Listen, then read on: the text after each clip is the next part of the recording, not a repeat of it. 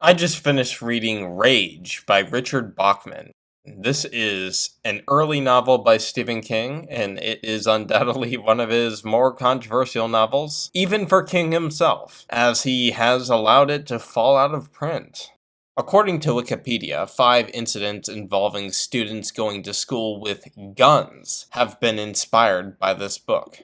People were not killed in every incident, but in some they were. The book was written in 1977, and the inspired shootings and attempts didn't start to happen until a decade later. All the same, there were 5.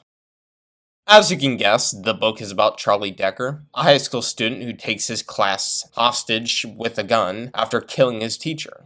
The novel explores his daddy issues, his problems with authority, and the general issues that teenagers face regarding sexuality in that time. Controversy. On its face, the book comes off as remarkably poor taste to the average person, I guess.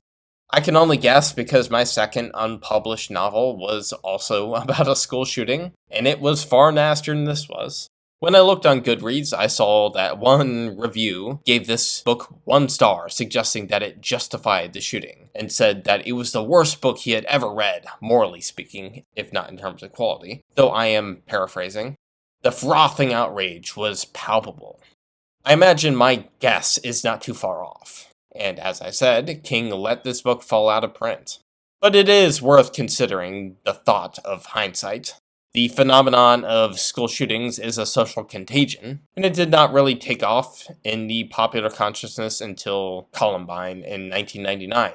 When you include the rage craze that preceded it, then I guess this book actually inspired its own contagion that preceded the culture that we currently live in. We live in a post-Columbine, post-Sandy Hook society, and King did not write this book after those moments. Premise. The basic premise is that Charlie Decker goes to school with a gun and kills his teacher, and then takes his fellow classmates hostage.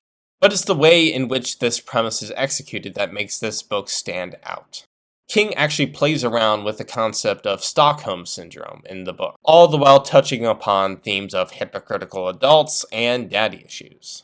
This is part of the reason the review mentioned above was outraged. The reviewer was convinced that King was glorifying Decker's actions.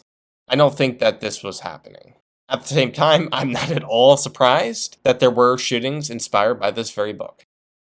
King leans heavily into the sympathetic angle when it comes to the portrayal of Charlie Decker's actions. You can fill in the blanks with what I mentioned above. And this almost certainly fed into the real-world impact that this book ended up having. I couldn't help but compare it to the novel that I wrote while I was in college. While it was also about a school shooting, the manner in which I executed it was very different.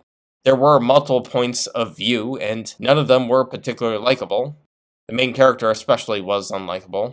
I doubt many people would be particularly inspired by my work. What I tend to write is people at their worst. I doubt even the people who did relate to the main character actually wanted to relate to him. My book was about festering hatred and alienation, while King's book is about the hypocrisies inherent in society that showed the absurdity in which we selectively condemn violence.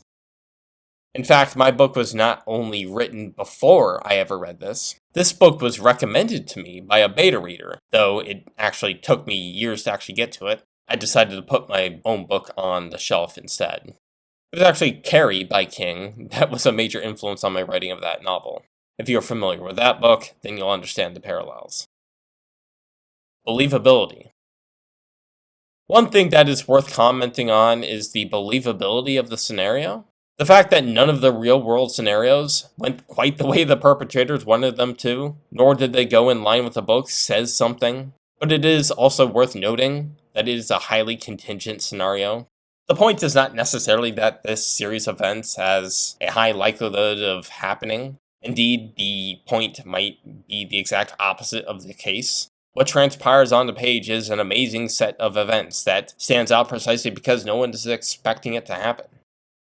That said, I do think the believability of the story could still have been tweaked. Without spoiling too much, I will put it like this. Stockholm Syndrome is a part of the story. You can imagine what that entails.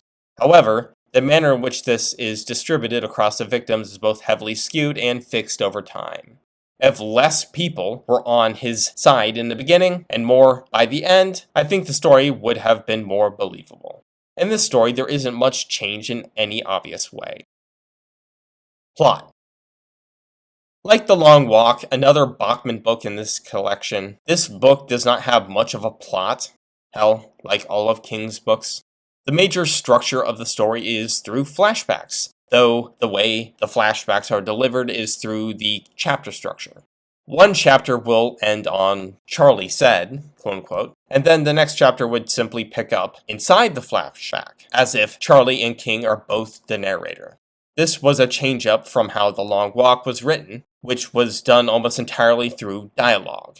One thing I appreciated was how King was changing up his writing style even early in his career, or perhaps especially.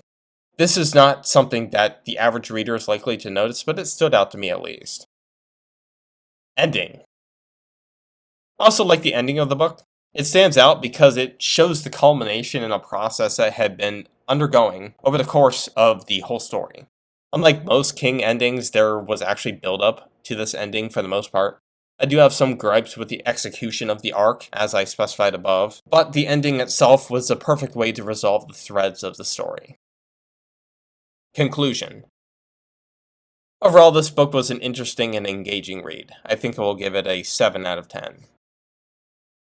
I have now released both volumes of The Paths We Have Taken, which is the first arc in the Broken Reality. This is my grim, dark, epic horror fantasy series. It takes the political intrigue of A Song of Ice and Fire, the abrasive characterization of Abercrombie, the long-term storytelling of One Piece, and the philosophical horror of the Second Apocalypse to explore the human capacity for cruelty. Check it out if you are interested.